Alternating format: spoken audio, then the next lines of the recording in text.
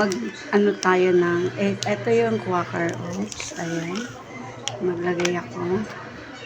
Gawa tayo ng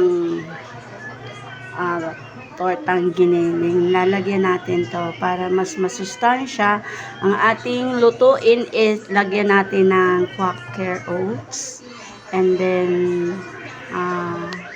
ayan, gulay para yung hindi kumakain ng gulay na bata is kakain sila. Natin yung giniling habang tayo pinaluluto natin to. Yan, lagyan natin ng kaunting water para lusawin lang natin ito. Nawin lang natin kaunti lang para pang lagay natin mamaya. Abad lang natin muna to sa water na kaunti. Experiment. First time ko lang itong gagawin.